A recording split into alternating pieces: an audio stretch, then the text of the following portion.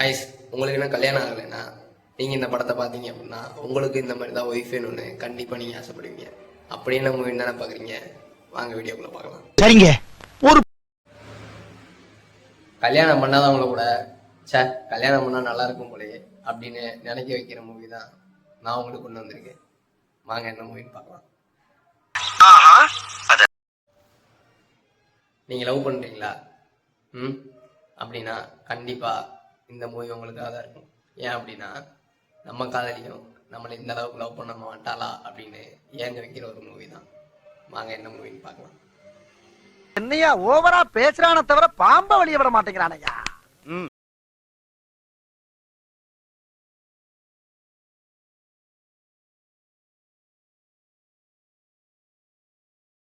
ஏன்னா அப்பேற்பட்ட ஒரு மூவி தான் ஜோரே எ ஒய்ஃப் ஃப்ரம் தி ஃபியூச்சர் அப்படின்ற மூவி. இது ஒரு 2025 ஜூலை 19 ரிலீஸ் ஆன மூவி. அந்த மூவியை நீ ஏன்டா இப்போ ரிவ்யூ பண்ணுற அப்படின்னு கேட்டிங்க அப்படின்னா, ஏன்னா அந்த மூவியை நான் இப்போ தான் பார்த்தேன். இப்போ தான் பார்க்க டைம் கிடச்சிச்சு. ஏன்னா இன்ஸ்டாவில் அது இப்போ தான் வைரலாக போச்சு. இன்ஸ்டாவில் எனக்கு ஸ்க்ரோல் பண்ணும்போது வந்துச்சு. சரி என்னடா அந்த மூவி இப்படி எல்லாரும் இப்படி ரீல்ஸ் எடுத்து போட்டுட்ருக்காங்களே, அப்படி என்ன தான் இருக்குது அப்படின்னு சொல்லி பார்க்கலாம்னு சொல்லி பார்த்த மூவி தான் இந்த மூவி ஜோரே ஒய்ஃப் ஃப்ரம் தி ஃபியூச்சர். உண்மையை சொல்லணும் அப்படின்னா அந்த டேரக்டருக்கு ஒரு பெரிய வணக்கம் வச்சுக்கிறேன். மனுஷன் வேற மாதிரி இந்த ஸ்டோரி அதாவது ஃபஸ்ட்டு வந்து இதை பற்றி பேசுகிறேன். ஏன் அப்படியே அந்த ஆளை பற்றி பேசுகிறேன் அப்படின்னா, அந்த ஆளோட பேர் யாண்டி லாரன்ஸ்ன்ற ஒரு பேர். இந்த மூவி வந்து இந்தோனேஷியன் மூவி. இது வந்து இந்தியன் மூவி இல்லை, இந்தோனேஷியன் மூவி. என்ன இது வந்து தமிழில் கிடையாது, ஒன்லி இந்தோனேஷியன் லாங்குவேஜ் தான். இங்கிலீஷில் அப்பப்போ இங்கிலீஷ் வரும். இங்கிலீஷ் கீழே சப்டைட்டில் இருக்குது, வேணும்னா நீங்கள் யூஸ் பண்ணி பார்த்துக்கலாம். அது ஒன்று இருக்குது. இன்னொரு விஷயம் என்ன அப்படின்னா, இந்த மூவியோட ஸ்டோரி தான். எனக்கு தெரிஞ்ச டேரக்டர் வந்து நம்ம வெங்கட் பிரபுவோட மாநாடு படம் பார்த்துருப்பாருன்னு நினைக்கிறேன். ஏன்னா அங்கே நீ என்ன எக்ஸாக்ட் ஸ்டோரியோ அதே தான் இங்கே எக்ஸாக்ட் ஸ்டோரியாக இருக்குது, ஓகேவா? பட் ஆனால் என்ன ஒரு கான்செப்ட்னா, எக்ஸாம்பிளுக்கு இப்போ நீங்கள் தூங்கி எந்திரிக்கும் போது உங்கள் பக்கத்தில் ஒரு பொண்ணு, நான் தான் உன் ஒய்ஃபு, நீங்கள் எந்திரிச்ச உடனே ஹாய் நான் தான் உன் ஒய்ஃபு, ஃப்யூச்சர்லேருந்து வந்திருக்கேன் அப்படின்னு சொன்னால் உங்களுக்கு எப்படி இருக்கும்? கொஞ்சம் இமேஜின் பண்ணி பாருங்கள். சேம் எக்ஸாக்ட் சீன் தான் இந்த ஸ்டோரியிலையும் நடக்கும். என்ன அப்படின்னா, ஹீரோயின் வந்து ஹீரோவோட டெத்தை சொன்னா அப்படின்னா திருப்பி அதே பெட் சீனுக்கு வந்துடுவான். அதாவது திருப்பி அவன் எந்திரிக்கும் போது அவள் பக்கத்தில் உட்காந்துருப்பாள், அந்த சீனுக்கு எக்ஸாக்டாக ஸ்டார்ட் ஓவர் அந்த சீனுக்கு வந்துடுவான். ஸோ அந்த அவனோட டெத்தை சொல்லாமல் எப்படி அந்த லைஃப் அவள் கொண்டு போகிறா அப்படின்றது தான் கொண்டு போய் கடைசியில் 2 பேரும் ஒன்றா வாழ்ந்தாங்களா, ஒன்றா சேர்ந்தாங்களா அப்படின்ற ஸ்டோரி தான் வந்து ஜோரே எ ஃபியூச்சர் ஃப்ரம் தி ஒய்ஃப் அப்படின்ற மூவியோட கான்செப்ட். ஓகே, மூவியோட ஸ்டோரி தெரிஞ்சிச்சு, அதெல்லாம் விட்டுருவோம். இப்போ அடுத்து வருவோம். என்ன அப்படின்னா, ஃபஸ்ட்டு இந்த மூவியை 2 விதமாக பிரிச்சுக்கலாம். ஒன்று பாசிட்டிவ், ரெண்டாவது நெகட்டிவ். நெகட்டிவ்க்கு லாஸ்ட்டாக வரும். ஃபஸ்ட்டு பாசிட்டிவை பற்றி பேசிடுவோம். பாசிட்டிவை பற்றி சொல்லணுன்னா சொல்லிகிட்டே இருக்காங்க, அவ்வளோ இருக்குது. ஏன்னா நீங்கள் பார்த்தீங்கன்னு வச்சுக்கோங்களேன், முக்கியமாக வந்து நீங்கள் லவ் பண்ணிட்டு இருந்தீங்க அப்படின்னா மேபி அந்த லவ் ரொம்ப சக்ஸஸ் ஆகிறதுக்கு வாய்ப்பு இருக்குது. ஏன்னா ஒருத்தருக்கு ரொம்ப நல்லாவே புரிஞ்சுக்கலாம். நீங்கள் கல்யாணம் பண்ணிவிட்டு உங்கள்கிட்ட உங்கள் ஒய்ஃபுக்கும் உங்களுக்கும் சரியான பாண்டிங் இல்லை அப்படின்னா, இந்த மூவி பார்த்தீங்க அப்படின்னா கண்டிப்பாக ஒரு பாண்டிங் வர்றதுக்கு உண்டான வாய்ப்பு இருக்குது.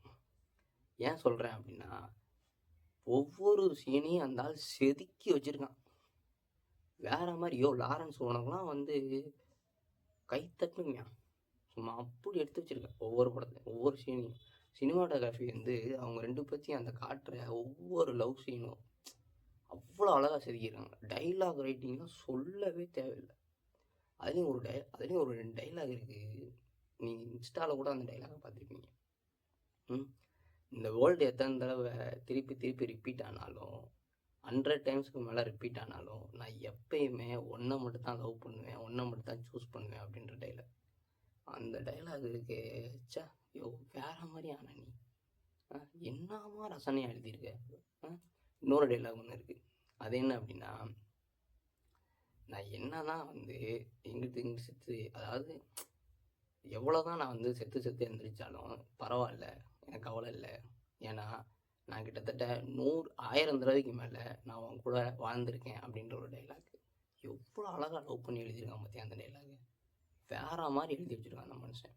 அது மட்டும் இல்லாமல் ஒரு சீனில் வந்து ஹீரோயினுக்கு வந்து சோராவுக்கு வந்து வேணாம் நம்ம விட்டுட்டு போயிடலாம் அப்படின்னு தோணும். விட்டுட்டு போயிட்டு அவளோட லைஃபாக வாழ்ந்துட்டுருப்பா. சரி ஓகே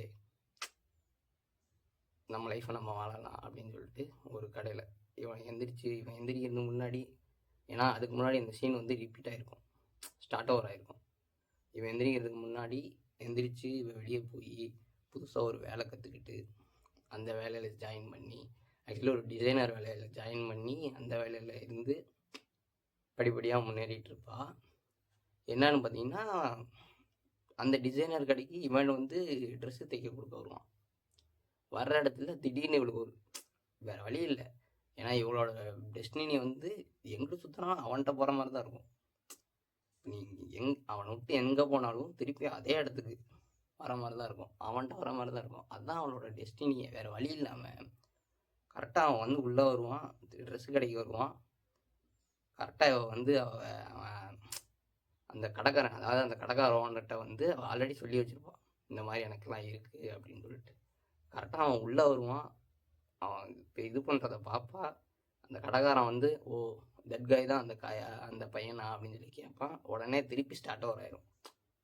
ஒவ்வொரு தடவை ஸ்டார்ட் ஓவர் ஆகும்போதும் அங்கே நமக்கு வெங்கட் பிரபு படத்தில் நம்ம எஸ்ஜே சூர்யா சார் எந்திரிக்கும் போது அந்த சீன் காமெடியாக இருக்கும், அது வேறு விஷயம், அது ஒரு காமெடி ஜானரில் போயிடும். ஆனால் இங்கே ஜோரை எந்திரிக்கும் போது அந்த கதையே வேறு. அந்த எமோஷ்னலை அவனால் வெளிக்காட்டவே முடியாது, அந்த ஃபீலிங் அவனால் வெளிக்காட்டவே முடியாது. ஏன்னா பக்கத்தில் அவன் படுத்துருப்பான். அவன் எந்திரிச்சோடனே இவ சொல்கிற அவள் எவ்வளோ எமோஷ்னலாக இருந்தாலும் சரி அவனால் அழுகவே முடியாது. ஆனாலும் வந்து என்ன பண்ணுவான் அப்படின்னா, ஹாய் ஐ எம் ஜோரே, நான் தான் அவனோட ஃப்யூச்சர் ஒய்ஃப் அப்படின்னு அப்படி ஒரு ஃபீலிங்கில் அந்த லைஃப் அவள் எப்படி வாழ்கிறா, அவங்க கூட கடைசியில் அவன் 2 பேரும் ஒன்றா சேர்ந்தாங்களா இல்லையா அப்படின்ற ஒரு அழகான ஒரு லவ் ஸ்டோரி தான் வந்து ஜோரே எ ஃபியூச்சர் ஆஃப் தி ஒய்ஃப். இந்த மூவியோட பாசிட்டிவ்ன்றது இதுதான். நெகட்டிவ் வந்து பார்த்தீங்க அப்படின்னா, அதாவது ஹீரோவுக்கு ஒரு கதை இருக்கிற மாதிரி ஹீரோயினுக்கு ஒரு ஸ்டோரின்றது, ஒரு பேக்ரவுண்ட் ஸ்டோரின்றது ஒன்றும் இல்லவே கிடையாது. இப்போ ஹீரோ வந்து எடுத்துக்கிட்டீங்க அப்படின்னு ஜானதன் எடுத்துக்கிட்டீங்க அப்படின்னா, அவன் வந்து ஒரு ஃபோட்டோகிராஃபர், அவனுக்குன்னு வந்து ஒரு இது இருக்குது, பேக்ரவுண்ட் ஸ்டோரி இருக்குது. அப்படின்ற போது ஜோரேக்கு அப்படி ஒரு ஸ்டோரியே கிடையாது. அதுதான் இதோட மெயின் பேக்ட்ராப்பே. இந்த படத்துக்கு பார்த்தீங்க அப்படின்னா நான் வந்து 5க்கு 4.5 கொடுப்பேன், 10க்கு 9.5 கொடுக்கலாம். ஏன்னா ஒரு அப்பேற்பட்ட மூவி, வேறு மாதிரி மூவி. எல்லா ஃபீலிங்குமே உங்களுக்கு கிட்டத்தட்ட ஒரு படம் பார்த்தீங்கன்னா ஒரு 2 நாள் கண்டிப்பாக அந்த படத்தை பற்றி தான் பேசிகிட்டே இருப்பீங்க. ஈவன் இந்த படத்தை பற்றி தான் ஸ்டேட்டஸ் வைப்பீங்க. மேபி அந்த ஹீரோயின் பிடிச்சிப்பேன், இந்த ஹீரோயின் ஃபோட்டோ எடுத்து வால்பேப்பராக வைக்கலாம், அவங்க 2 பேர் சேர்ந்து இருக்கிற மாதிரி ஃபோட்டோவில் வந்து வால்பேப்பர் வைக்கலாம். இந்த மாதிரி அடிக்கிட்டே போகலாம்.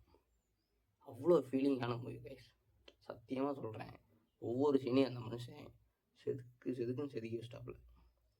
ஈவன் அந்த படம் பார்க்குற எல்லாருமே ஜானதன் சோரேவா தான் வாழ்வீங்க. ஒருவேளை நம்ம வந்து ஜானதனாக இருக்கக்கூடாதா, ஐயோ பொண்ணுங்களா இருந்தீங்கன்னா ஐயோ ஒருவேளை நம்ம வந்து சோரேவா இருக்கக்கூடாதா. லிட்ரலாக ஒரு கப்பல் வந்து எப்படி இருக்கணும், எவ்வளோ லவ் பண்ணணும், ஒருத்தரால் இந்த அளவுக்கு லவ் பண்ண முடியுமா அப்படின்றத, அதாவது ஒரு பொண்ணுனால இந்த அளவுக்கு லவ் பண்ண முடியுமா அப்படின்றத நம்ம இதுவரை கேள்விப்பட்டிருப்போம்.